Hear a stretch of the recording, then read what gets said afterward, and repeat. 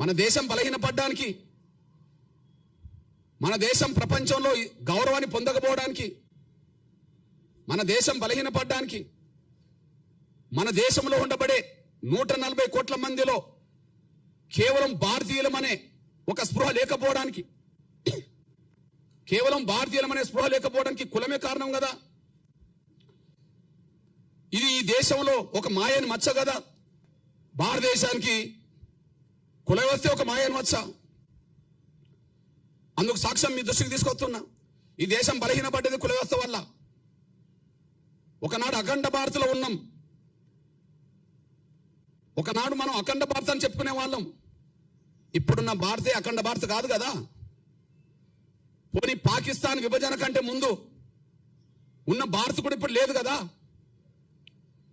పాకిస్తాన్ కంటే ముందు పాకిస్తాన్ భారతదేశంలో బాగా ఉన్నప్పుడు కూడా అంతకుముందు అఖండ భారత్ అన్నాం కదా. అఖండ భారత్ లేదు కదా.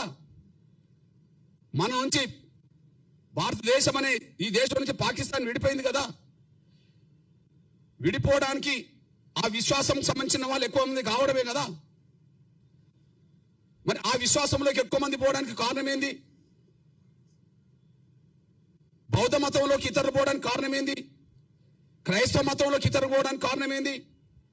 కారణాలు పరిశీలించాలి కదా. హిందూ ధర్మం, సనాతన ధర్మం పురాతనమైంది కదా. మన భారతదేశానికి హిందూ ధర్మం, సనాతన ధర్మం పురాతనమైంది కదా.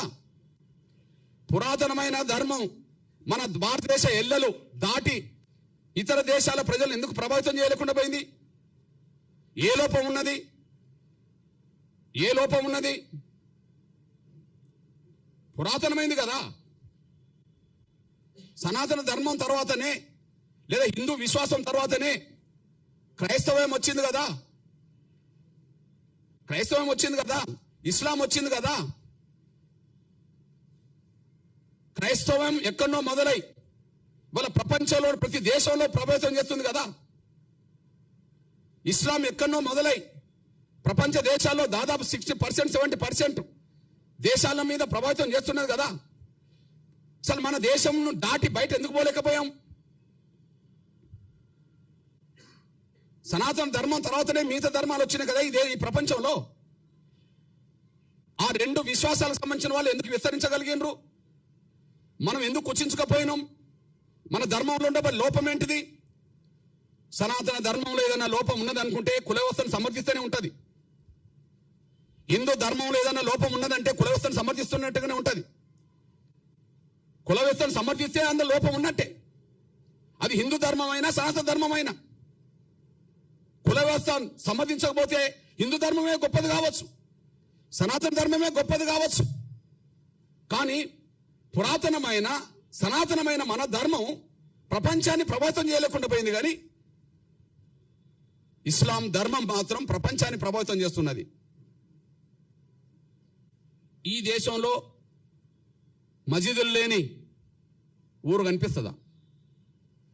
ఈ దేశంలో చర్చిలు లేని ఊరు కనిపిస్తుందా? ఇస్లాం ఎక్కడ పుట్టింది? ఇవాళ ప్రపంచంలో ఏ స్థాయిలో నిలబడ్డది? క్రైస్తవం ఎక్కడ పుట్టింది? ఈ ప్రపంచంలో ఏ స్థాయిలో నిలబడ్డది? ఈ రెండింటికంటే ముందు హిందూ ధర్మం, సనాతన ధర్మం అయినప్పుడు ప్రపంచాన్ని ఎందుకు ప్రభావితం చేయలేకుండా పోయినాం? మన లోపం ఏంటి? అఖండ భారత్ లేదు, స్వాతంత్రం కంటే ముందున్న భారత్ కూడా లేదు. అఖండ భారత్ లేదు, స్వాతంత్రం కంటే ముందున్న భారత్ కూడా లేదు. మన లోపాన్ని సరి చేసుకోకపోతే, మన లోపానికి కారణమైన కుల వ్యవస్థను రద్దు చేసుకోకపోతే ఇంకొక 100 ఏళ్లకు ఈ ఉన్న భారత్ ఉంటుందని గ్యారంటీ లేదు. వాస్తవం, సత్యం మాట్లాడడానికి భయపడాల్సిన అవసరం లేదు. ఎందుకు అఖండ భారత్ లేకుండా పోయిందో స్పష్టం చేయండి. ఎందుకు ఉన్న భారత్ కూడా భారత్ లేకుండా పోయిందో, స్వాతంత్రం కంటే ముందున్న భారత్ స్వాతంత్రం తర్వాత ఎందుకు లేకుండా పోయిందో స్పష్టం చేయండి. ఈ దేశంలో ఏ విశ్వాసాలు పెరిగినాయో స్పష్టం చేయండి.